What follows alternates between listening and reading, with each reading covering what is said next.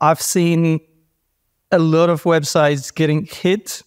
I absolutely agree with also a lot of them as in deserving that devaluation that they've seen, but definitely believe there's so much collateral damage and good websites getting affected that I could say that I've basically seen carnage.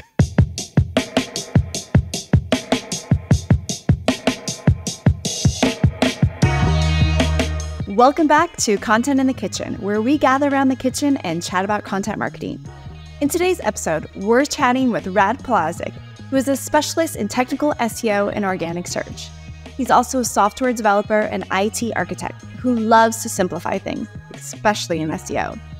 Rad's currently running a global SEO agency called Non.Agency, which is focused on technical auditing and consultations, as well as providing programmatic SEO strategies. Rad is sharing his take on the helpful content update, including tons of great strategies of what to do if you've been hit. So grab your favorite cup and let's dive into the conversation with Rad.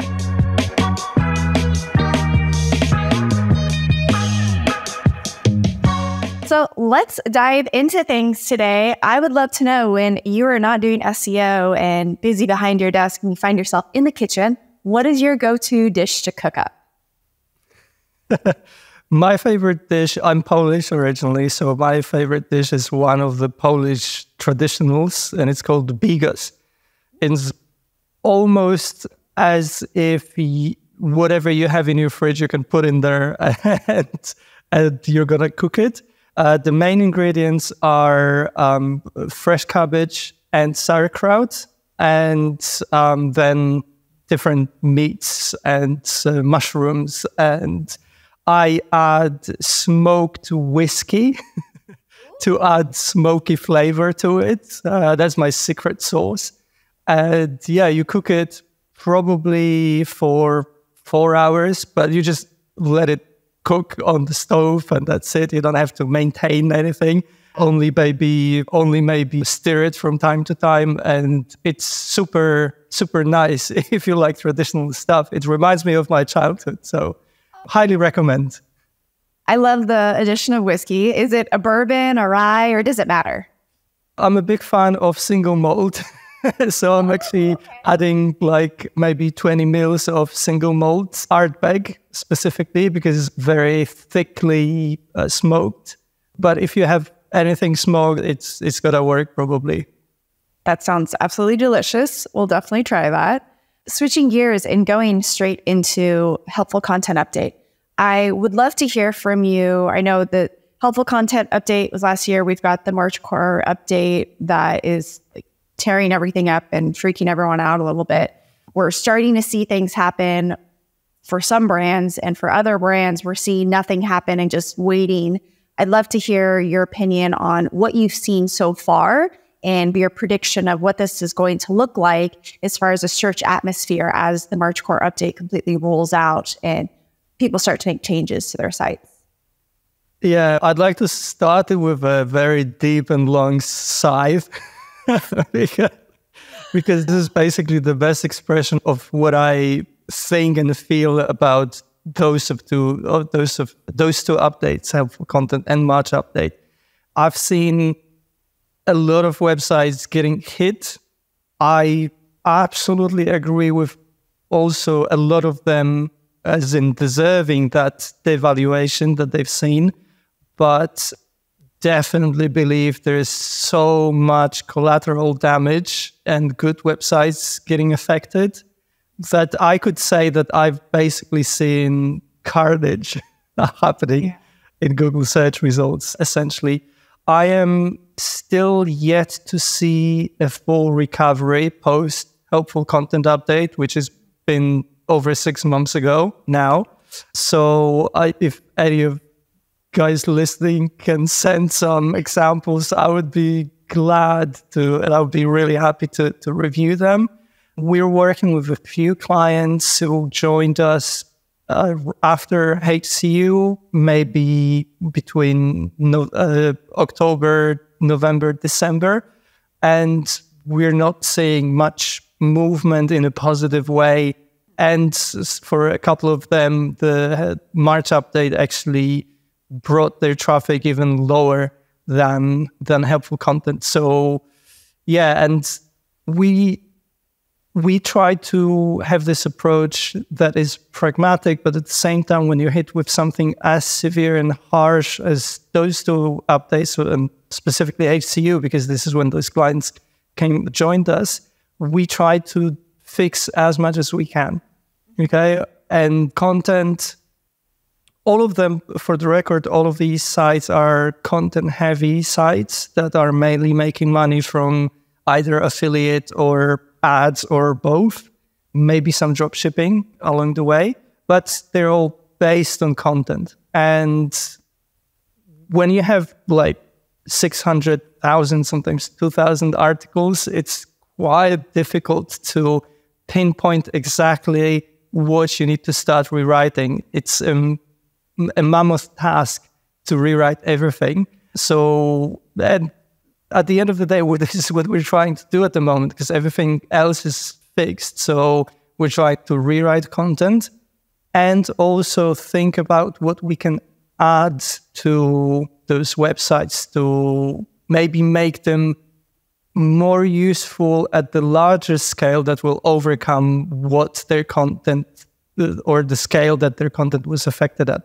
I've seen several weeks ago a tweet from Google Liaison where they said that this update seems to be a site-wide update, although it's still looking at individual URLs. So we have two concepts. One of them is that if you add additional value, let's say you bring in a business directory to your website that is related to your content and offers additional real value that your users will obviously appreciate and will be helpful for them, that addition might basically start adding the good signals to the site and basically eventually overcome and allow HCU to release the site.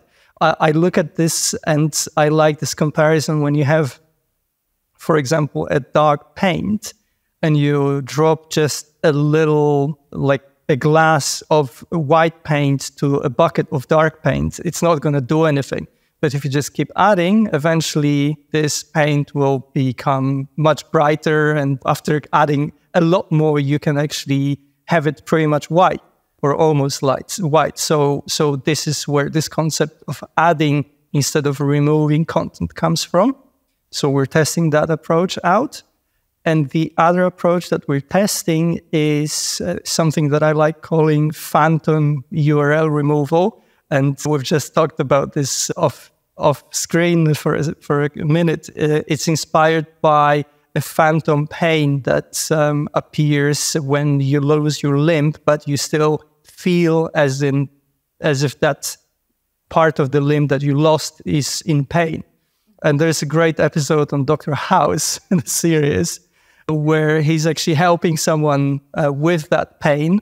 And the idea here is that you basically cut out savagely the URLs that were affected the most from your website. Just remove them completely.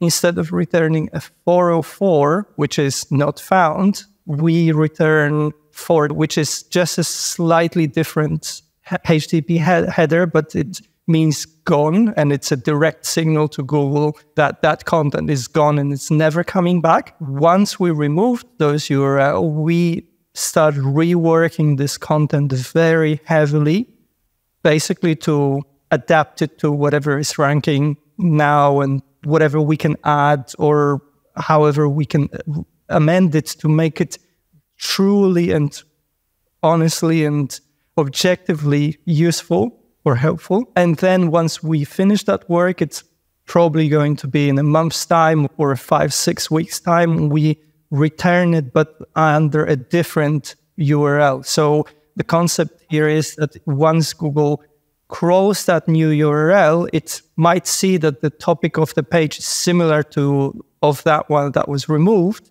but the change of the URL is to indicate that this is a completely reworked content that has nothing to do with whatever Google treated as unhelpful. So, yeah, I think by the time that this episode is released, I will have something to analyze and maybe confirm that it didn't work. Mm-hmm. So you're essentially approaching this in two different ways. One, you're going through content and rewriting it. And I would assume the rewriting portion is to, quote unquote, make it more helpful and to flesh that out. And the second portion of this is going through and cleaning up the content and deleting any content that maybe doesn't provide a good user experience or doesn't have a good flow, like literally isn't helpful. How are you identifying when to do one or the other? Or are you literally taking sites and saying, we're going to test this strategy on this site and this strategy on this site? I'm not going to say that we do it at random, because I think if we were just doing this strategy on that site and the other on the other side, that would be treating our client sites as guinea pigs in a way. So we actually have a little process for it. So first of all, we identify the URLs that got affected the most. And let's say, for instance, your website has 100 URLs, 10 of them are like 90% down, okay? Just for a simpler comparison. So we would take those URLs and these would be the ones that we definitely just remove, rework and later republish under a different URL. So the old URLs are gone, and I keep saying gone because this is also the HTTP header that we use. And to I can't even say we repurpose that content. We completely revamp it according to whatever we can add or however we can change it to be objectively useful. That's one part. And the second part is we analyze the rest of the URLs that lost traffic. And there's a couple of things here. So first of all, we look at the on-page signals. And I know I will probably be hated by some SEOs who say that Google is definitely not really looking at those on-page signals like bounce rate and time on page and these things. But I think I've seen Barry Schwartz tweet recently where he actually reminded that there is a report in Google Search Console, or maybe something that Google Search Console sends every month, remember, where it actually does say what's your time on page or some engagement metrics. Okay, so I think there's a little wink there that, oh, you know what, maybe they're actually looking at something like that. Now, once we look at those metrics, if they really look bad, we would probably make the decision that this content also needs to come join the other pages, the other 10 pages that are totally gone and reworked completely. And if those metrics look okay, they're not outliers in neither way, good or bad, then we would just rewrite content trying to make it more useful from strictly copywriting perspective. Okay, so when you're going in to make content objectively more helpful, where do you start in that research process? Like, are you going straight to Google and analyzing what's currently ranking and then getting ideas from there? Or what does that look like? I know each piece of content and each keyword is going to be probably a little bit unique, but do you have a strategy for approaching that when you're updating the content? Yeah, bear in mind, and I want to say that for record, it's still not a full-on process that we use. It's just an idea that we're still playing around, and testing. Words are fun. Yeah, but so I start personally by not looking at Google. Okay. I look at the topic and I think from the user's perspective what that page should have. I often don't even look at the page that lost traffic. I don't know if this is something that it's definitely not scientific. It's more empirical, and I would even say partly anecdotal. But I think what Google algorithm does, it tries to build some idea of the URL based on just the URL itself before it actually visits the website. Because from the URL, you can already, in Google's case, find out quite a few things. First of all, you have the URL, so it's probably keyword rich or has some indication what's on the page. But additionally to that, and again, in Google's case, they probably somehow found that URL. So they will have the anchor text, they will have the surrounding text, and they will have some sort of context to that page already, right? Now, I don't have that context overall because I usually pull my data from Google Search Console into a spreadsheet. So my context is just this URL. But I try to think, okay, so what do I, as a user, expect from that URL? What do I expect to find there? And obviously, take into consideration that I'm an SEO specialist. I don't know all the things. But you can perhaps broadly, based on your own knowledge, have an idea what's on that URL. If you struggle with that, you can ask ChatGPT or something like that. Hey, this is URL, or maybe just the last part of the URL, just the slug. What do you think is going to be on that page? Or what do you think, what do you expect to be on that page? Right? And then you will have an idea, right? And then you verify that idea, okay? With the page, there's actually an intermediary point, which I forgot about. So once I put together either my ideas or ChatGPT's ideas, what was to expect on that page, I read them and think, okay, so what would be helpful on this page, right? And I take a few bullet points, thinking basically from the user's perspective, what could I expect that will be helpful on that page? Is this something that requires an instant answer? Is this something that requires some context at the beginning, maybe? Is this something that I would expect to have a lot of images, a lot of, products? Would I expect there to be a cart, a shop, something, right? So I write those down, and then I verify this on the page. So I build my own intent, or we can say I do intent analysis prior to actually looking at the page in many cases. Sometimes, obviously, you would click on that URL and you'd have seen the page. But if possible, I would try to not do that and then start afresh with my expectations, with my intent, and then verify it. And only after that, I go into Google to analyze what are the competitors doing. And I think this approach is, although in some ways not very, I don't know how to say it, not something that you would expect, because people would quickly run to the competitors and try to sneak peek onto what are they doing that is helpful. I think my approach is, although surprising, it's also like a checklist, because once you have your idea, you can basically verify those ideas on your page. Then you go onto competitors and you can verify the same ideas. And then if you do find something on your competitors that is super useful and you didn't think of that, then you can definitely take a note of that and add that to your strategy.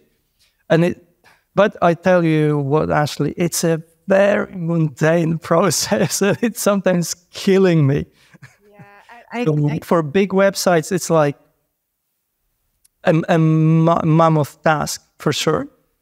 Yeah, because so much of that is, and basically taking off your SEO hat and putting on the marketing hat to understand what do people want to know about this specific keyword. That's really the 101 aspect of it. And that does take a ton of time. Yeah, ChatGPT, I'm sure, speeds up that process slightly and helps guide you a little bit, but then you still have that manual aspect.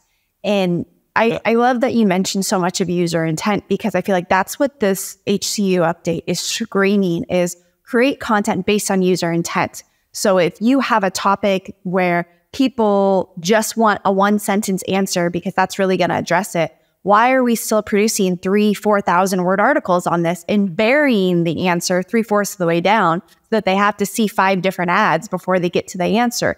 That's not going to be helpful content. And that's not surprising when we see sites like that getting hit, because they're not taking advantage necessarily, but they're not addressing the actual intent. And so when you're going through and trying to update content that has been hit by these updates, to really focus on the user intent first, and love the exercise that you're doing from that manual approach to really identify what needs to be on the piece of content.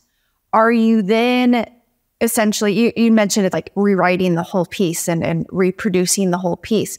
How are you then distributing it afterwards? Like, are you encouraging your clients, all right, these 100 pieces have been updated now, go push them out on social? Or is it more of a just update it, sit back, and let's see what Google is going to do with it at this point? Oh, that's a good question. And we don't really have a process for that. We leave it, but occasionally we would also go and just try to re-index those articles in Google Search Console. It slightly depends on which case it is, because if it's that case where you totally rework it from complete, let's say, scratch with that deep approach, then I like to not stimulate it in any way. I like to just publish it under a new URL because it's meant to be a totally new piece of content, which in fact, and quite often it is. So there's no tricking Google about, oh, is Google going to see it? I keep saying see it because I think recently Serge Liaison had the tweet about it's not something along the lines that let's stop showing Google something because Google will see it and think something about it, where at that point we should be actually thinking about the user and basically doing something useful, which partly I disagree with that. I don't wanna take off my SEO hat and now put on my tinfoil hat. Yes, yep. Put on the tinfoil, here for it. No, this update is absolutely peculiar. I've seen a lot of good sites, objectively speaking, being hit. I've seen a lot of really bad sites getting promoted. I've seen a lot of really dog crap sites getting totally destroyed, but others also just as bad coming in their place. It's a bit peculiar. So I think very glad I still have my tin hat foil on. I think Google either messed something up or purposely wanted to stir the pot. Going back to my bigos earlier, where you have to stir the pot frequently, because it's just so unseen that we've been told so little about intricacies of this update. We've only been given very general list of questions. Oh, ask all these questions and then you're going to know if your website is helpful, if your content is helpful. And I'm like, yeah, but I have BBC and I can go for these questions and I'm going to say my site is like pretty bad, right? So it's maybe BBC not a great example because they have like a lot of good content as well. But pretty much any site owner would go through this list of questions that Google's given us and would say that their site is like quite bad overall, right? So this is why I think it's either something that they messed up, so to speak, or they did it on purpose for whatever reason. I'm not gonna go even more into those theories because there's a lot of them. I might actually become one of Google's blacklisted SEOs along some of other guys. Yeah, careful. They're definitely listening. It is interesting to see so many quote unquote good sites being hit, and it's hard to identify what really helpful content is. It's really easy on the sites that are super spammy to be like, okay, this is not helpful content, and we can use this as an example. But to identify what is helpful content, I'm seeing things like content that has jumped to table of contents for those larger pillar posts. That's making a difference between a competitor's pillar post that has the same amount of information in it, but it's structured differently. And so the structure seems to definitely be making a difference with this update, which does make sense because from a user perspective, if we're going back to those longer form pieces of content, and I want to know maybe 3 out of the 10 things that you're saying, by having that jump to table of contents plugin right there, that is making a difference from a user perspective. But then there is a lot of like overlap of why is this getting hit? I'm curious what your opinion is on the sites that could be identified as maybe being helpful content. Would you suggest making changes to the sites that are historically good, but were hit by this, or wait, give it a few more months, see how everything's going to play out? Maybe it was mistakenly hit and things are going to smooth out, or is that not usually the case with updates like this? That's a terribly good question. You don't have a crystal ball?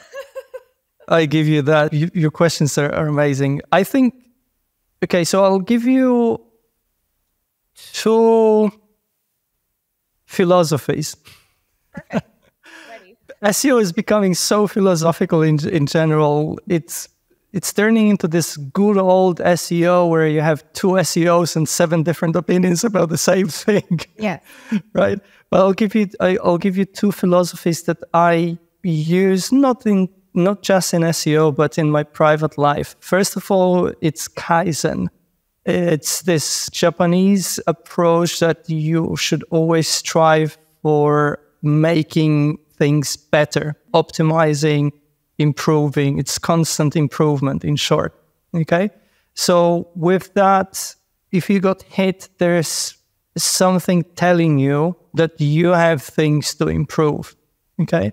Regardless of what it is, in this case, Google, regardless of whether it's just temporary or maybe they've made a mistake even, as in going back to my speculation I mentioned, there is an initiative that tells you that you should be doing something. Okay? So, hey, why not start improving things? I know it's usually costly. It either costs you your money directly because you're hiring someone to do it, or it costs you your time because you're doing it yourself. Both are slightly scary, and you may go wrong in both ways, whether you're paying someone or doing it yourself. But, and this comes to the second philosophy. Like in business, if you stay in one place, you're actually regressing. So you need to keep moving forward, because if you don't, you're going to stay behind for sure. Okay, so that was the long answer. TLDR would be that I would definitely not just sit and try to wait it out, because you might be lucky and you're going to wait it out, but hey, it's already been 6 months, over 6 months since HCU. So if you're just sitting trying to wait it out, funds and resources allowing you, obviously you should be doing something. Yes, and that could be, like you mentioned, from updating your content or creating new content, but based on a strategy that's going to support your brand, your current content, and making sure that everything that you do produce that's new is based off of user intent. We now have more of a playbook of what's going to be helpful and what's going to work.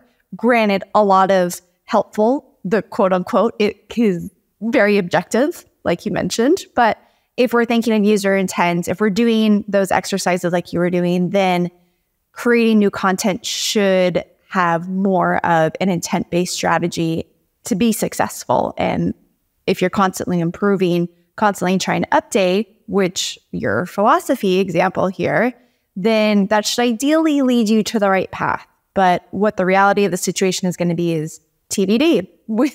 We do not know yet. It is. Yes, exactly. Looking at Google's communication, they want you to keep moving also. And I think this is a very important thing to consider. because I remember Google 14 years ago. My God, when I say it, it sounds so bad. But I remember Google 14 years ago, and ever since, they've never stayed in one place for too long. They've always been progressing. We've had crazy updates, Panda, Penguin. Then for a little while, it was like steady. They kept improving those tools. Then they released Hummingbird and RankBrain. And then Mom, I believe it's already in play at pretty large scale, or at least something that resembles what they mentioned or what they told people about Mom. So yeah, if they're moving and they set the landscape, they set the rules, then you will lose if you don't try to keep up. Mm-hmm. Yeah, 100%. I definitely agree with that. As we wrap up the episode, I would love to know what your current secret sauce is. What is a new strategy that you just came across, or a tool that you're absolutely in love with right now? What is your current secret sauce?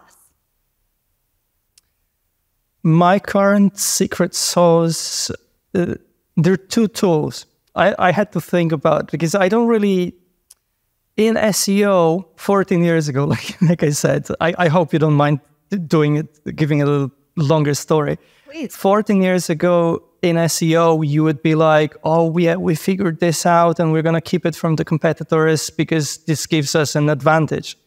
Nowadays, there aren't that many things that you can call your secret sauce, something that only you're doing and you're ripping benefits off of that. So I will try to give you two tools that are super useful, and I really encourage everyone to use them. First tool is Quillbot, and I've been using it for a long time. It helps me write. It helps me rewrite my content and basically make it better. They have their own AI built into it. But the specific part of Quillbot that I've just recently rediscovered is AI content detector, Awesome. Which is absolutely amazing. Whenever I put something for ChatGPT, even if I rewrite prompts and make it as human as possible, Quillbot will probably detect it with very high accuracy. Okay. So their AI detector is just amazing. I haven't tried that many others, but this one is definitely something that I can reliably say it's good. And the other tool is, a lot of your listeners will know this tool already, but it's Claude AI. It's an alternative to ChatGPT, but I feel like, obviously, it's very subjective, but I feel like it's a bit more mature. It's if you were talking, ChatGPT is like if you're talking to, and I don't want to sound ageist by no means, but ChatGPT is like if you're talking to a 20-year-old who read a lot of stuff and has some experience, but sometimes is talking out of their ass. Mm-hmm. Fair. Yep. Whereas Claude would be someone who's 30-year-old, who's got a lot more experience, a bit more balanced, isn't pushing you in any particular direction, but really tries to help you out. Okay, so that's how I feel this difference between those tools. But according to my tests as an assistant and real VA or VAI, Claude for me personally is much better. I'll definitely. I used all of them, but Claude is pretty badass. Compared to all of them, there's so many AI tools out there now.